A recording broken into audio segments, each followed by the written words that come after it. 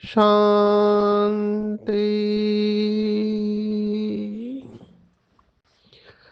आज 21 जनवरी 2026 भारत में बुधवार है।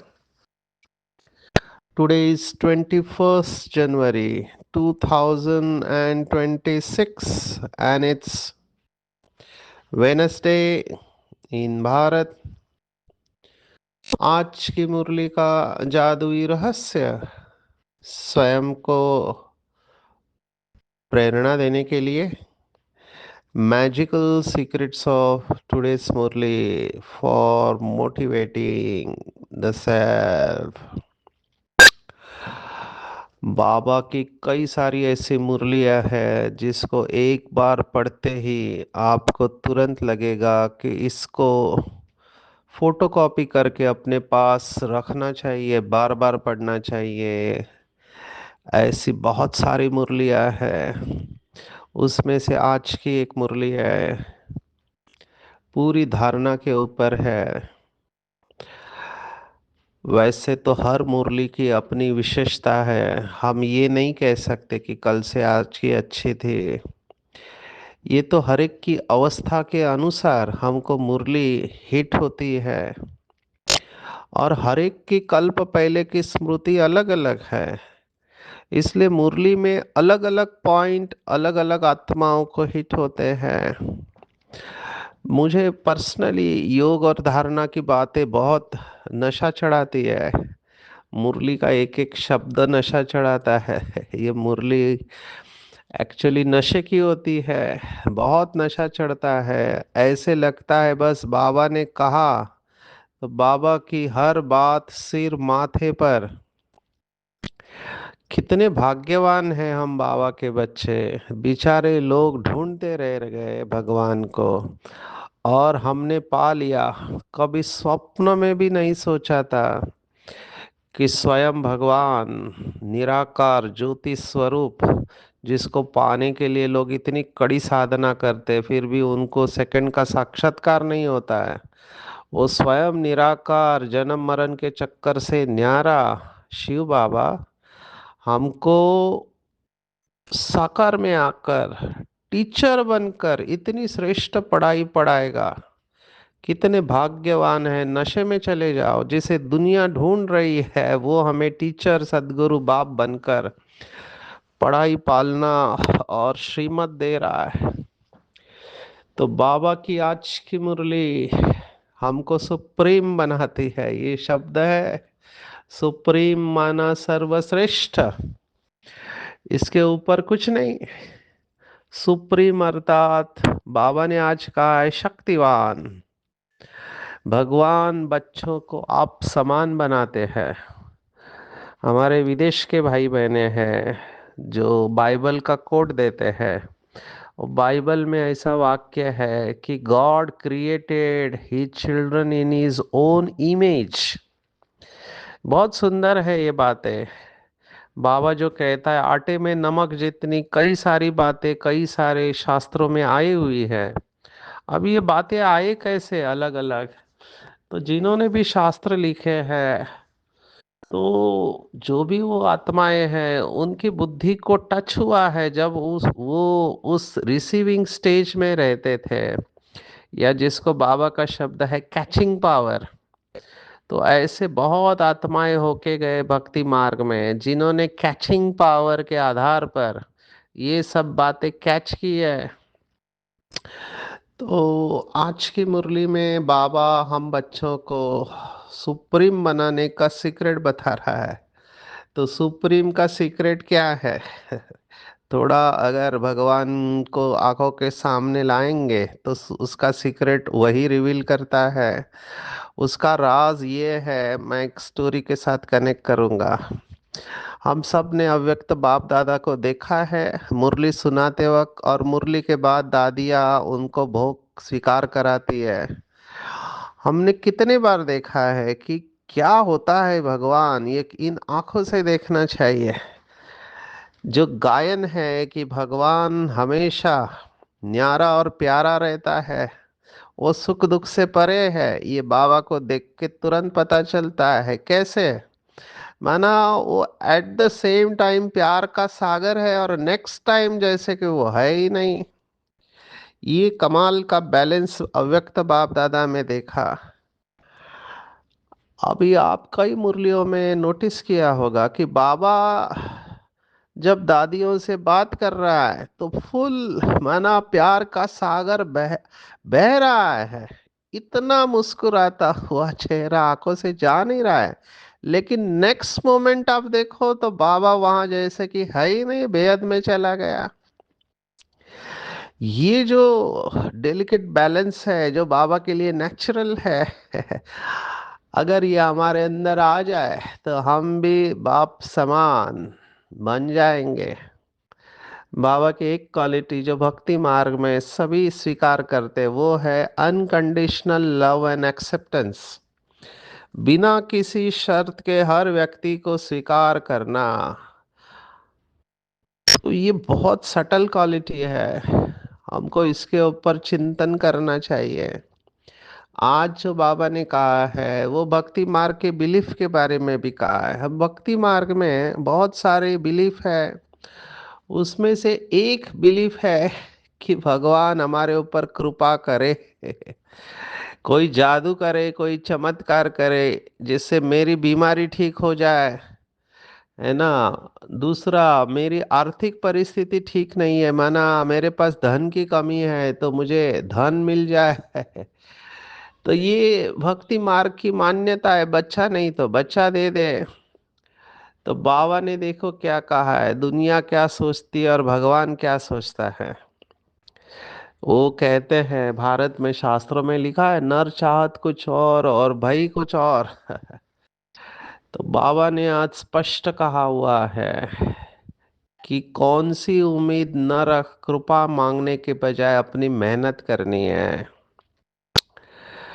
तो देखो बाबा ने ये बात बहुत पक्की कराई है बच्चों के। मेरे हिसाब से अभी ये होना नहीं चाहिए संस्कार मांगने का, क्योंकि भक्ति मांग में भीख मांगते हैं।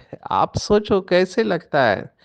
एक राजा का बच्चा है, उस बच्चे को भी पता है मेरा बाप राजा है, तो क्या कोई बच्चा अपने राजा के पास जाके कहेगा मुझे एक पैसा दे दो, एक रुपया दे दो? बिल्कुल नहीं।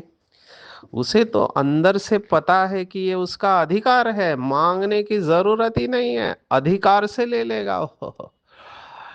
तो यहाँ पर भी कुछ ऐसे ही बातें हैं, बाबा को मांगना बिल्कुल अच्छा नहीं लगता है। मैंने तो पूरा ज्ञान जो समझा है, इवन इस समय के लौकिक में भी अध्यात्मवादी जो लोग हैं वो यही बात कहते हैं कि you do not get what you desire, but you get what you deserve. माना आपको वो चीजें नहीं मिलती है जो आपकी इच्छा होती है, आपको वो सब मिल जाता है जिसके लिए आप पात्र बनते हैं। अभी कितना सिंपल है। तो फिर ये कृपा के पीछे क्यों हम पड़ते हैं? कृपा माना कोई चमत्कार हो जाए। देखो उम्मीद शब्द बाबा ने इस्तेमाल किया। उम्मीद माना आश रखना।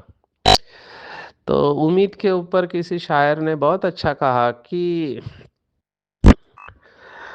जिद्दी परिंदा है इंसान, इंसान एक जिद्दी परिंदा है। जिंदा भी उम्मीदों पर है और दुखी भी उम्मीदों से ही है। जिंदा है तो भी उम्मीदों के ऊपर है कुछ अच्छा होने वाला है, और दुखी भी है जब उम्मीद पूरी नहीं होती है। तो आशा जो है, आशा के ऊपर आप जिंदा रहते हो, लेकिन आशा जब नहीं पूर्ण होती है तब दुखी भी होते हो। तो क्या करना चाहिए? तो वहां पर ये तत्व ज्ञान काम में आता है। वो ये है कि कर्म करते जाओ, भगवत गीता की फिलॉसफी, कर्म करते जाओ। और कर्म करने में ही सुख है। देखो, ये बहुत ट्रिकी सिचुएशन है। आ, कर्म करने के बाद जो फल मिलेगा उस फल को बुद्धि में रख के लोग कर्म करते हैं। मैं कह रहा हूं कर्म करने में ही सुख है। क्योंकि भगवत गीता कहती है जरूरी नहीं कि आपने जो कर्म किया है उसका फल आपको मिलेगा। जरूरी नहीं है। और अगर आपको फल नहीं मिला तो आपके दुखी होने के चांसेस है। इसलिए कर्म का आनंद लो। जैसे मैं मेरा अनुभव सुनाता हूँ। हमने बहुत मेहनत किया था लेकिन ड्रामा प्लान अनुसार एमबीबीएस के एग्जाम में हमको फेल कर दिया। वो भी फाइनल एमबीबीएस, जब आपको डॉक्टर का टाइटल मिलता है, वो भी दो सब्जेक्ट में। मेडिसिन एंड सर्जरी, ये दो सबसे बड़े पेपर होते हैं। और हमारे फेवरेट थे लेकिन उसी में फेल हो गए। अब इतना मेहनत करने के बाद भी ये हुआ तो शॉकिंग लगता है, क्योंकि अपेक्षा थी कि हम पास हो जाएंगे, वो भी अच्छे मार्क्स से, और उसी में फेल हो गए। तो हमने कर्म तो किया था, मेहनत भी किया था, लेकिन फेल हो गए क्योंकि उसका फल हमारे हाथ में नहीं था। अभी मैं ये क्यों कह रहा हूँ क्योंकि मैंने रीवैल्यूएशन, मैंने फिर से चेक करने के लिए अप्लाई किया यूनिवर्सिटी ऑफ बॉम्बे के लिए।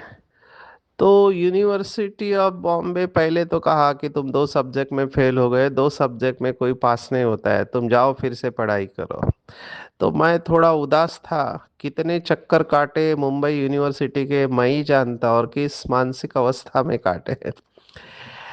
क्योंकि इतने साल मेहनत करके स्कूल की पढ़ाई, कॉलेज की पढ़ाई करके एमबीबीएस में एडमिशन लेने के बाद फाइनल वो जब मोमेंट आता है जब आपको डॉक्टर कहा जाता है, उसी वक्त फेल हो गए। तो ये बहुत शॉकिंग रहता है। लेकिन फिर से दूसरा कोई ऑप्शन नहीं था, तो फिर से पढ़ाई चालू किया। और फिर 5 महीने बाद दूसरी एग्जाम के 15 दिन पहले मेरे हाथ में रिजल्ट आता है और मुझे कहा जाता है, सर सॉरी, आपका पेपर चेक नहीं किया गया था, आप अच्छे मार्क्स से पास हो गए हो। और मुझे वापस पास कर दिया जाता है। मैं ये एग्जाम्पल क्यों आपको सुना रहा हूँ कि इतना मेहनत करने के बाद भी मुझे फेल कर दिया गया, जबकि मेरी कोई गलती नहीं थी। यही है ड्रामा, इसी को ही ड्रामा कहते हैं। अब मैं सोच रहा था ऐसा क्यों हुआ रहेगा, इसमें कर्मों की गति क्या है। तो मुझे ये दिखाई दे रहा है कि आज अभी मैं जहां पर भी ये सेशन लेता हूँ स्टूडेंट्स के लिए खास, तो मैं अपनी मार्कशीट दिखाता हूँ। तो मेरी मार्कशीट देख के लोगों को बहुत प्रेरणा मिलती है कि ये वह बंदा फेल हो गया दो सब्जेक्ट में, इसे अंग्रेजी नहीं आती थी क्योंकि वर्नाकुलर लैंग्वेज में मराठी में पढ़े थे। तो कॉलेज में अंग्रेजी में भी कम मार्क्स मिले थे, तो धक्का मार के पास कराया गया 11th स्टैंडर्ड में। लेकिन आज यही बंदा मेहनत करके, मेडिटेशन करके इतनी सेवाएं करने के निमित्त बना है। तो अगर ये कर सकते हैं तो हम भी कर सकते हैं। तो मैं आज उसी मार्कशीट को मेरे लेक्चर में दिखाता हूँ, जिससे लोगों को प्रेरणा मिलती है। नहीं तो आजकल तो बच्चे फॉरगेट अबाउट फेल्यूर, मार्क्स कम मिल गए तो भी सुसाइड कर लेते हैं। कितने कमजोर होंगे, मार्क्स कम मिले हैं तो भी सुसाइड कर लेते हैं। तो मैं ये अपना रोल देखता हूँ कि इसमें कल्याण ये था।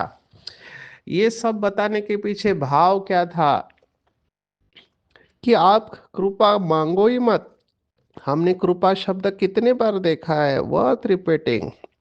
बिल्कुल नहीं। मैं बाबा के कमरे में देखता हूँ क्या क्या लोग लिखते हैं मुझे नहीं पता, लेकिन ऐसे लगता है कि लोगों की अपेक्षाएं बहुत सारी है भगवान से, ड्रामा से, एक दूसरे से, ये काम हो जाए, ये काम कर दो, तुमको भोग लगा दूंगा। एक माता तो मैं भूल नहीं सकता, मुझे इतना हंसने को आया। बाबा जो कहता है भोले बच्चे हैं, उसने भोग इसलिए लगाया कि भारत क्रिकेट की मैच जीत जाए। तो मैं, मेरी हंसी ही रुक नहीं रही थी। मैंने कहा भगवान से क्या क्या काम करवाते हैं। कई लोग तो अपना सेंटर बन जाए इसलिए भोग लगाते हैं, कई लोग अपने को प्रमोशन मिल जाए इसलिए भोग लगाते हैं। तो मैं सोच रहा था कि भक्ति मार्ग में और हमारे में क्या फर्क है। अभी भोग लगाना कोई गलत नहीं है, बहुत अच्छा है लेकिन कंडीशन के आधार पर मत लगाओ, ऐसे मैं कह रहा हूँ। प्यार से भोग लगाओ। भोग इसलिए लगाना चाहिए कि मैं बाबा से बहुत प्यार करता हूँ, और ऐसा बाबा मुझे फिर नहीं मिलेगा। मैं भक्ति मार्ग में कितना भी चिल्लाऊं, कितना भी रो, मुझे बाबा मिलने वाला नहीं है। अभी है चांस उसके साथ बात करने का, उसको खिलाने का। तो उसलिए आप लगाओ तो अच्छा है, लेकिन उसके साथ कुछ अटैच मत करो क्योंकि दुख होने के चांसेस है।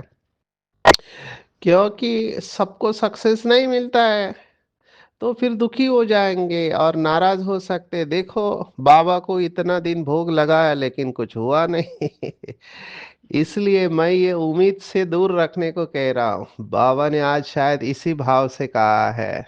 कितने लोग बाबा के पास आके हाथ छोड़ के गए क्योंकि बीमारी ठीक नहीं की बाबा ने। और दुनिया में जाओ तो ऐसे लोग हैं, हाथ घुमा देते हैं, आपकी बीमारी ठीक कर देते हैं, उनके पास सिद्धियां है। तो कहते हैं ये ज्यादा शक्तिशाली है तुम्हारे बाबा से अभी इसमें बाबा क्या करेगा। मैं हमेशा ये उदाहरण देता हूँ, ब्रह्मा बाबा नंबर वन सोल है, और स्वयं शिव बाबा उनके तन में प्रविष्ट है। आप सोचो, ब्रह्मा बाबा को खांसी की तकलीफ थी, और बाबा बोलते भी थे कि इस शरीर को इस्तेमाल करते हो, इसका भाड़ा तो दे दो। तो बाबा ने स्पष्ट कहा ये तुम्हारा कर्म भोग है। तो बाबा ने ब्रह्मा बाबा की खांसी ठीक नहीं की। दो नंबर की आत्मा मम्मा कुमारी है, कैंसर की बीमारी हो गई, लंग्स में फैल गया, अभी कितना तकलीफ है। लंग्स में फैल गया, हर सांस के साथ तकलीफ हो रही है, और बाबा ने मम्मा का कैंसर ठीक नहीं किया। ये तो उस आत्माओं ने अपनी योग बल से बीमारी के ऊपर विजय प्राप्त किया। ऐसे ही गुलजार दादी देखो, जानकी दादी देखो, हमारे सभी दादियाँ योग बल से उन्होंने कर्म भोग के ऊपर विजय प्राप्त किया है जिसको बाबा भी उनको अप्रिशिएट करता है कि कर्म भोग के ऊपर कर्म योग की विजय। तो ये करना चाहिए। बाकी मेरी बीमारी ठीक कर दो, या समझो किसी का बिजनेस नहीं चल रहा है, ऐसे भी बाबा के बच्चे हमने देखे हैं, बहुत मेहनत करते हैं लेकिन धन आ ही नहीं रहा है उनके जीवन में। तो कई बार ना निराश होने के चांसेस होते हैं, उदास होने के चांसेस होते हैं। तो मैं उनको भी कहना चाहूँगा, हम कोशिश ज़रूर करें, लेकिन अगर समझो बिजनेस में लॉस होता है या बिजनेस चलता नहीं है, तो हिम्मत नहीं हारना। मैं एक वर्ड ऑफ कॉशन अनुभव के आधार पर आपको कहना चाहूंगा, जितना हो सके कर्ज लेने से दूर रहना। भले सूखी दाल रोटी खाए लेकिन कर्जा मत उठाना। क्योंकि ये कर्जा उठाने के लिए ना बैंक बैंक या जितने भी लोग हैं आपको इंस्टिगेट करेंगे, माना आपको उत्तेजित करेंगे, करो करो करो, ईएमआई भर सकते हैं आप। तो जरूरी नहीं कि आपका बिजनेस अच्छा चले और फिर कर्ज मर्ज हो जाता है। अभी मैं ये क्यों कह रहा हूँ, क्योंकि हम देखते हैं लोग फाइनेंशियल फ्रॉड में फंसे हुए हैं, माना धन का घोटाला करते हैं। अभी कितना जरूरी है हमको जीने के लिए साधारण जिंदगी जीना चाहिए। हाई फाई जिंदगी जिएंगे और आपके पास पैसा नहीं है या अपने को स्ट्रेच करेंगे तो स्ट्रेस बढ़ता है इससे। बाबा ने आज स्पष्ट कहा है, अधिक तमन्नाएं नहीं रखनी है तमन्ना तो एक ही थी कि भगवान मिल जाए, वो मिलने के बाद और कोई भी तमन्ना नहीं रहनी चाहिए, ऐसे मुझे लगता है। आप अपना डिसीजन लेना। मैंने देखा है कि जिनके सिर के ऊपर कर्जा रहता है उनका कहीं पर भी ध्यान नहीं लगता है, ना योग में लगेगा ना सेवा कर पाएंगे, बार बार वही विचार चलता रहता है। तो इसका सॉल्यूशन क्या है? इसका सॉल्यूशन है, मेहनत जरूर करो। आप इसे निगेटिवली नहीं लेना, इसको पॉजिटिवली लेना है। मेहनत जरूर करो, लेकिन एक जितना हो सके, मैं कह रहा हूँ वर्st सिनेरियो में तो लेना पड़ता है, लेकिन जितना हो सके कर्जा नहीं लेना है। कर्ज को मर्ज कहा है, बीमारी कहा हुआ है। दूसरा, गलत तरीके से पैसा मत कमाओ, क्योंकि इंटेंशन इंटेंशन या जो आपका भाव रहता है, संकल्प रहता है, वो सजा देता है। ये सब ऑटोमेटिक होता है। किसी को धोखा दे के आप पैसा लेंगे तो जो धोखा बोता है उसको धोखा जरूर मिलता है। तो ये थोड़ी बातें याद रखेंगे। तो ये दोनों ही बातें हैं, एक बीमारी और एक फाइनेंस। तीसरा है रिलेशनशिप्स, माना संबंधों में दुख मिलना। तो वहां पर भी बाबा के पास लगी हुई रहती है कि इसके बुद्धि का ताला खोल दो। हमारी कितनी माता ये कहती है बाबा को, मेरे पति के बुद्धि का ताला खोल दो। तो बाबा ने एक मुरली में बहुत अच्छी बात कही, पहले तुम अपने बुद्धि का ताला खोलो, उसका ड्रामा में पार्ट होगा तो वो आ जाएगा। हमको हमारी अवस्था शक्तिशाली बनानी है। तो मुझे ऐसे लगता है कि आप इसके ऊपर चिंतन करें अच्छी तरह से, और हमारे अंदर अगर ये बिलीफ है, मान्यताएं है कि भगवान बीमारी ठीक करेगा या देवाला ठीक करेगा, तो बाबा की आज स्पष्ट श्रीमत है, मेहनत कर योग बल से काम लो। चलते फिरते ये आदत डालनी चाहिए कि बुद्धि परम धाम में स्थित रहे। कितने सुंदर शब्द है, tower of peace, tower of सुख। कितना अच्छा बाबा कह रहा है, टावर में रहने वाला बाप बैठ सिखाते हैं। कितनी सुंदर बात है। सवेरे सवेरे उठ को बाबा को गुड मॉर्निंग कहो और कहो, बाबा आपकी तो कमाल है, स्वप्न में भी नहीं था कि हम स्वर्ग के मालिक बनेंगे। तो ग्रेटफुल रहो, कृतज्ञ रहो और बाबा को दिल से धन्यवाद दो। तुम्ही से खाओ, तुम्ही से बैठो, ये जो भक्ति मार्ग की आश है उसे पूर्ण करो। और पूरी तरह से जो बाबा मर्जीवा बनने की बात कह रहा है, आप मुझे मर गई दुनिया, तो पूरा मर्जीवा बनो। आज तो बाबा प्यार का सागर के रूप में कहता है, मुझे पलकों में छिपा लो, प्रिय चीज को नूरे रत्न पुरान प्यारा कहा गया है। तो बाप के जैसा प्रिय कोई हो ही नहीं सकता है। बाबा ने स्पष्ट कहा है, पल के कोई आंखें नहीं है। ये तो बुद्धि में हम बाप से प्यार करते हैं और ये चलते फिरते रहता है। प्यार करने के लिए कोई ऐसा विधि पूर्वक पालथी मार के बैठे ऐसे नहीं है। जिससे प्यार होता है, बाबा जो कहता है, हथ कार्डे दिल यार्डे, काम करते वक्त भी उसमें खोए हुए रह सकते हैं। तो ऐसे ज्ञान सुख और प्यार का सागर फिर हमको मिलने वाला नहीं है। कितना निरहंकारी बन बाबा बच्चों की सेवा करते हैं। मुझे बाबा का ये गुण भी बहुत अच्छा लगता है, निरहंकारिता का। इतनी हाईएस्ट अथॉरिटी, पवित्रता का सागर आता कहाँ है? पतित दुनिया, पतित शरीर में आता है। किस लिए? तो अपने बच्चों को अपने समान बनाने के लिए। और क्या बोलता है देखो, इतनी हाईएस्ट अथॉरिटी जिसे दुनिया वाले डरते हैं कहीं वो नाराज ना हो जाए, और आकर क्या बोलता है बच्चों से, बच्चों, मीठे बच्चों, मैं तुम्हारा मोस्ट ओबीडिएंट सर्वेंट हूँ। ये सीखना चाहिए बाबा से। इतना हाईएस्ट अथॉरिटीज पर कितना निरंकारी है। फिर दिल व जान सिक व प्रेम से सेवा करते हैं। तो हमको भी बाबा से इसी प्यार से याद करना है। एक पैराग्राफ है जो पूरा झेरॉक्स करके उसका एक, मैं तो कहूँगा वो लेमिनेशन करके कार्ड बनाना चाहिए। अभी मैं सब पढ़ नहीं रहा हूँ, लेकिन बाबा ने इसमें ये बताया है कि आपकी अवस्था स्नेह स्वरूप होनी चाहिए, गुस्सा नहीं करना है। किसी बच्चे का गुस्से का आवाज सुनते हैं तो बाप शिक्षा देते हैं, बच्चे गुस्सा करना ठीक नहीं है। क्यों? क्योंकि इससे तुम भी दुखी होंगे और दूसरों को भी दुखी करेंगे। मैं इसको इस तरह से कहता हूँ, एक तरफ मैं कहता हूँ कि मेरा पिता मास्टर सुख करता दुख हरता है, तो ऐसे सुख करता और दुख हरता बाप का मैं बच्चा दूसरों को दुख कैसे दे सकता हूँ? तो या तो उस समय गुस्सा करते समय मैं बाप की संतान नहीं हूँ, क्योंकि मैं विस्मृति में हूँ। सुबह का साही, ये कहावत है। बाबा ने कहा, रात को दिन बनाने वाला शिव बाबा है, और वही सच्चा साई है। भोलानाथ शिव बाबा है। भोली भोली कन्याओं और माताओं पर ज्ञान का कलश रखते हैं, कितना सहज उपाय बताते हैं, कितना प्यार से तुम्हारी ज्ञान की पालना करते हैं। योग का स्नान करना और ज्ञान की पढ़ाई, ये दो बातें हैं। तो आज बाबा का टाइटल आया है कि वो सच्चा साई है, भोला भंडारी उसको कहते हैं। तो सच्चा सच्चा साई के साथ हमारा योग स्नान होगा तो हम पवित्र बन जाए, अहंकार बिल्कुल टूट जाना चाहिए। और झूठ बाबा ने कहा, बहुत काल का झूठ बोलते बोलते अंदर जम गया, ये संस्कार बनता है। कई लोग मुझे कहते हैं, सचिन भाई हम ऐसा झूठ बोलते किसी को समझ में ही नहीं आता है। मुझे बहुत रहम आता है जो लोग झूठ बोलते हैं। क्यों?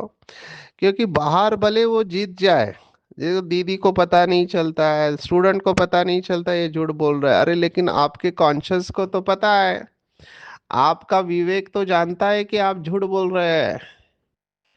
तो वहां पर आप जीत नहीं सकते हैं। सत्यता की शक्ति में तो आप हार गए ना। तो ताकत कहाँ से आएगी? अंदर कॉन्फ्लिक्ट चलता रहेगा, इसलिए तीर नहीं लगता है, क्योंकि अंदर एक बाहर एक है। लज्जा आती है बताने में। अगर कोई कहता है मैं तो बाबा को निरंतर याद करता हूँ, बाबा ने कहा कर्मातीत बन जाओगे, लेकिन ज्ञान की पराकाष्ठा माना हाईएस्ट स्टेज दिखाई दे, ये मेहनत है। ये तो मियाँ मिट्ठू बनना हो गया। अगर आपके पास धन है, सफल करो, सेंटर खोलो तो जमा हो जाएगा। अगर सचमुच में बाबा के उन बच्चों को उच्च पद पाना है, तो बाबा ने स्पष्ट कहा है, कर्मेंद्रियों के ऊपर पूरा कंट्रोल होना चाहिए। कर्मेंद्रिय वश नहीं है, चलन ठीक नहीं है, तो वंचित हो जाएंगे। चलन को सुधारना है, जास्त तमन्नाएं नहीं रखनी है। भगवान इतना श्रृंगार करा रहा है। आज तो बाबा ने सहनशीलता के गुण को याद किया है, संडे के मुरली में समाने की शक्ति को याद किया था, आज सहनशीलता के गुण को याद किया। ये दोनों साथ में जाते हैं। सहन करने के साथ समाना भी आना चाहिए। तो अंदर में बहुत खुशी होनी चाहिए कि हम कितने भाग्यवान हैं, स्वयं भगवान मुझे उठा रहा है, सुला रहा है, खिला रहा है, पिला रहा है। बाबा जानता है कि कई बच्चे हैं बाहर से भले बाबा बाबा बोलते हैं, लेकिन दिल व जान सिक व प्रेम से याद नहीं करते हैं, क्योंकि बुद्धि बुद्धि स्वच्छ नहीं बनी है। तब तक ये होता रहेगा।